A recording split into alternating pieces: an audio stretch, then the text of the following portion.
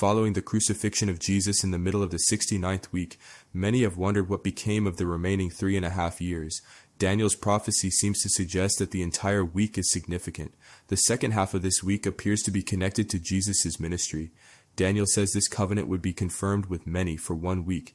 During the first half of that week, 3.5 years, Jesus ministered publicly, declaring the kingdom of God and gathering disciples. Through his death and resurrection, the covenant was sealed.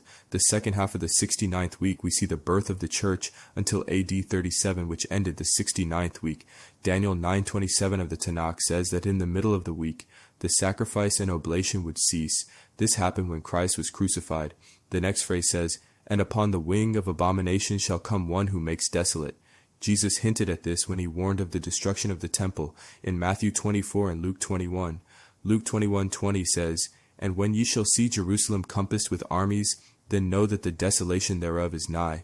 The 70th week began around AD 65 and culminated in AD 70-72 with the siege and destruction of Jerusalem by the Romans under Titus. The destruction fulfilled the latter half of Daniel 9:27, which describes the abomination of desolation and the pouring out of judgment on the desolator. This timeline aligns with Jewish and Roman history. The Jewish revolt began in AD 66, and the Roman response was swift and brutal. The war escalated until the Romans laid siege to Jerusalem. The temple was destroyed in AD 70, exactly 1 generation, 40 years, after Jesus' ministry began AD 30. This is why Jesus said that this generation shall not pass till all these things be fulfilled. Matthew 24:34.